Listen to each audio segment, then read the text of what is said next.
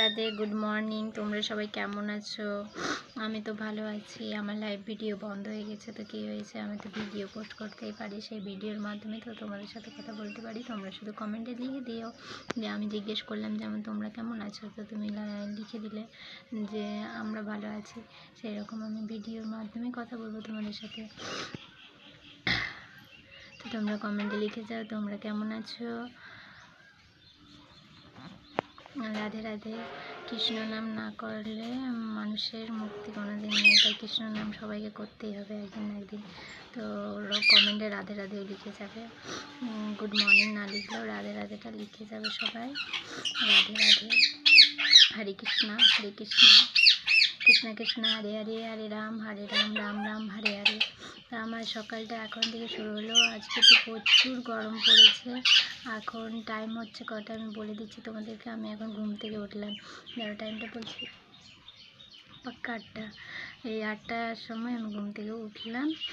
তো উঠে পরে আমি এখন বিছানা গোটাবো, যেমন আমি রোজ করি। এই যে বিছানা বেড গুটাবো।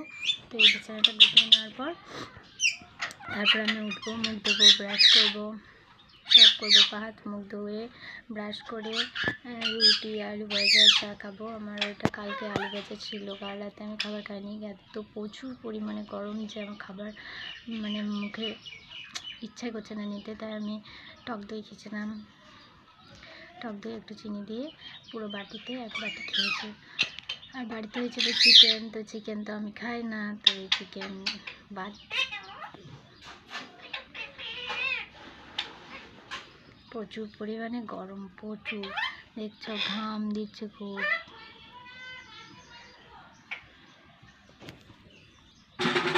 এখন আমার বেশি ঘুম হচ্ছে, কালকে ঘুমোয়নি কেন কি ওর পায়ের মধ্যে কামড়ে দিয়েছে, অন্য একটা পাখি কামড়ে দিয়েছে ওর পাটে।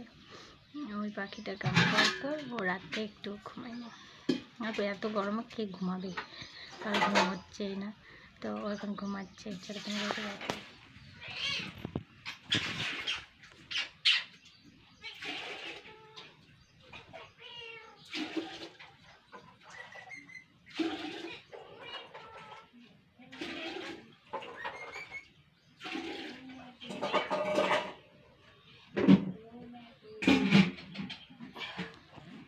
দেখছো কীভাবে ঘুমোচ্ছে, মানে রাতের ঘুমটা এখনও ঘুম দিচ্ছে।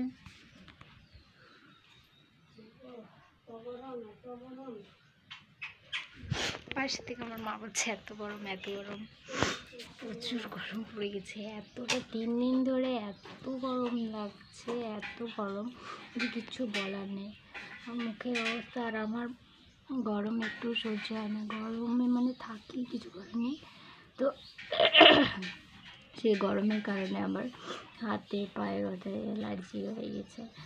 যত পেরেছি কারাতে নখ দিয়ে নিচে সে নিচে নেওয়ার পর গোটা অ্যালার্জি বাড়ে গেছে। অবশ্য ডাক্তার আমাকে আগেই বলেছিল যে গরমে স্নান না করতে পারলেও 3 বার অন্তত গামছা বা কাপড় কোনো ভিজিয়ে ন্যাকড়া গায়ের মধ্যে 2-3 বার করে পরিষ্কার করতে, সেটাও করা হয়নি। তাই তো কী আর বলবো তোমাদেরকে। চলো আজকে বলা যায় আমাদের বাড়িতে সবজি কি। পেঁপে ভাজা, শাক, আমের চাটনি, এঁচড়ের সবজি, ভাত, ডাল।